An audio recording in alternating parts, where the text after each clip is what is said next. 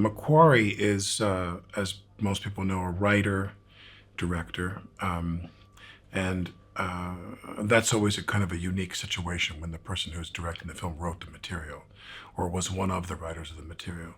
And the good news is that he's very clear on what he likes and what he doesn't like in terms of dialogue and pacing, and he's very open to you giving him suggestions for things that fit into your mouth better or you think make more sense logically, but also knows when to say, no, this is what I want you to say. You know, say it as written, or I think we're already there. That clarity is something that I think I found usually comes with writers who direct.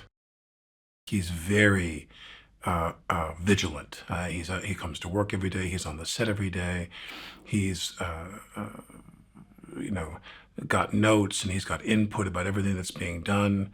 Very hands-on. You know, that's a place that you want to get to, because until you take ultimate responsibility for what's on screen and become a real producer, you can't afford to complain anymore about what's being done and what's not being done.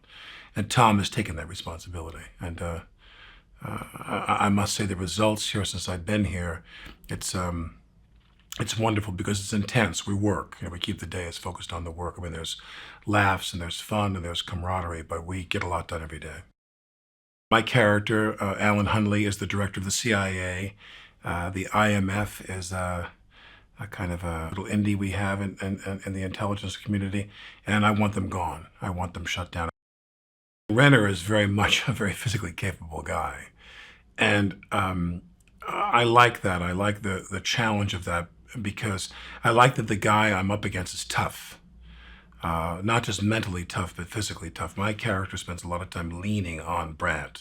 My character spends a lot of time working on Brad, too, in this kind of Melvillian way where my character's going around going, where is Hunt, where is Hunt, where is Hunt? Get me Hunt, bring me Hunt. And I like that it's Renner, because Renner reminds me of like Richard Widmark. And he reminds me of Bill Holden, a guy who, he can be charming and he can throw it off in a certain way, but he's also very tough guy. All of these films have to have some palette in terms of the cast, especially a gang of men that are going to go and do some caper or some adventure or some mission, if you will. And to have someone who has even just a whiff of a sense of humor they can bring to the piece, even with a look or just a very small phrase or something. And Simon Pegg, he is that person that brings the kind of a wink and the kind of charm to the piece and the kind of irony to the piece that I think those pieces always need. Whenever you make a film, the script is the beginning of that process. You read the script and you get excited about who the cast is, especially if it's people you've really been, you've had your sights set on working with them.